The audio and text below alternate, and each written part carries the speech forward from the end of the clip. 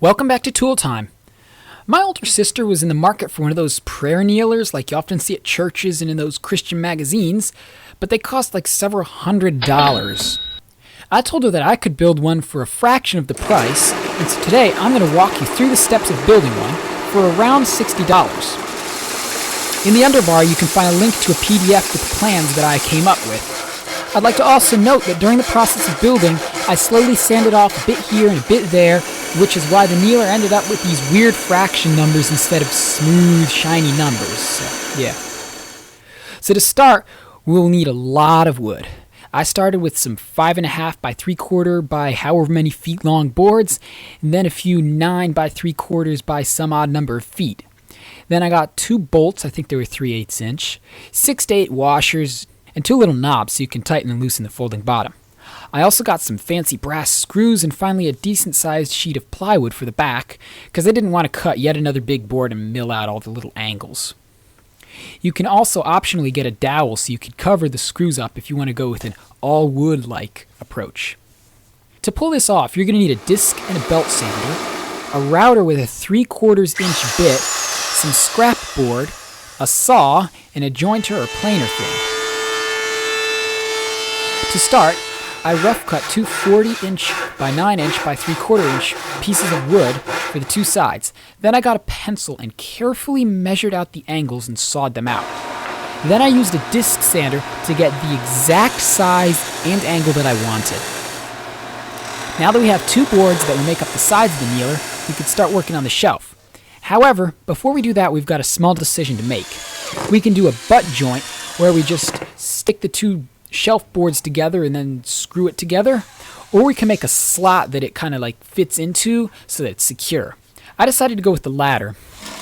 Now a lot of us have seen the New Yankee Workshop, and that made me slightly overconfident, so I just made a mark, got out the router, and just went on through there. To say the least, it was rather disastrous, and I ended up scrapping the board and making a whole new one. So make sure you measure twice, cut once, all that kind of thing.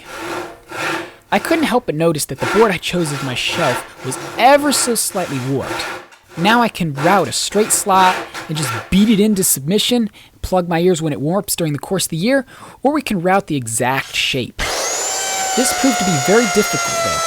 My dad suggested that I take a jigsaw and cut a guide rail to the exact shape, but I just decided to build a clamping mechanism that holds up the board so I can use it as a guide rail, and I could make it to the exact shape.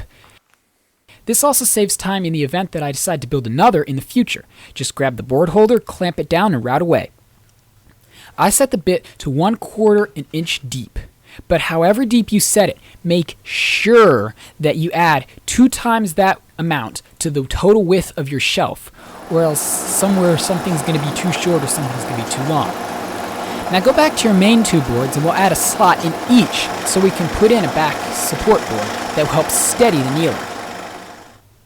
I put it about 11.5 inches up, although it was originally 12 before sanding, and 5.5 inches long, 3/4 inch deep, which is the width of our support board.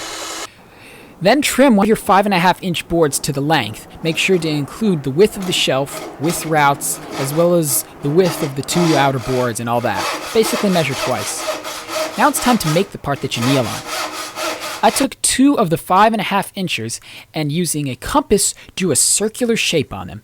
This is so that the bottom part can fold neatly away and it won't hook on the rug. Then carefully using a jigsaw, I cut out the shapes and sanded them on the belt sander. If you're worried about them not being exactly the same, you can clamp them together before you cut them, but I doubt your saw will appreciate that. Now before you run and erase or sand off the compass marks, you will want to make a note where the center was so that you can put a big screw hole for it for the bolt that will attach it to the main frame. Then we go down a ways and find where we want the board that you kneel on and cut slots for it, similar to the ones that we cut for the back support on the main frame. When I made this, I was slightly worried that this 3/4 inch thick board could possibly break if someone sat on it or put too much weight on it. So I decided to take one of my spare boards and cut out a little fancy support arc kind of thing for it. I went and cut out with rounded corners and a little dip and all that fancy stuff, but you don't have to if you don't want to. It's just a bit of personal touch. Now before we run and screw this base assembly together, we want to make sure that it fits inside the main frame. So let's finish that first. It's now time to get out the joiner and cut some funny angles for the angled top of the kneeler. Go ahead and cut out 2 boards for it, one of the 5.5-inch board and one of the 9-inch board. Be sure to leave a bit of room on each side because when you're planing you can sometimes mess up the ends a little bit. For the 9-inch board, I went ahead and pre-cut it with the bandsaw to approximately a 45-degree angle, but I decided not to with the smaller 5.5-inch board. Then using the mainframe as my guide, I went ahead and with my dad's help planed the boards to just the right angle and size. Now since anyone who would be holy enough to want to invest in a kneeler is probably going to spend quite a bit of time on it, I wouldn't want their forearms to get sore from being on a sharp-edged corner, nor would I want it to be a falling chin-cutting hazard. So I went ahead and used an angle plane to smooth the top edge of the kneeler and the front edge so it would be nice and smooth. And now comes the assembly that we've all been waiting for. I started by fitting the shelf board into the slots that I had so carefully routed for them, and I also added wood glue to keep it all snug. Then went ahead and pre-drilled and then screwed it down. Now we can attach the back support board. When you do this, you must make absolutely sure that the whole kneeler is square. Triple check it. I spent like 20 to 30 minutes doing this step so that it wouldn't look funny or all messed up at an angle when it was completed. Next, we go ahead and trim the top boards down to the exact right size, sand and all that, then pre-drill, glue, and screw down. Now you can go ahead and cut out a piece of plywood that fits the back of the shelf, and then use some small nails or tacks to secure it, as well as some wood glue. And now it's time to wrap this up. So now go ahead and check that the bottom kneeling part fits into the top part and doesn't rub the edges.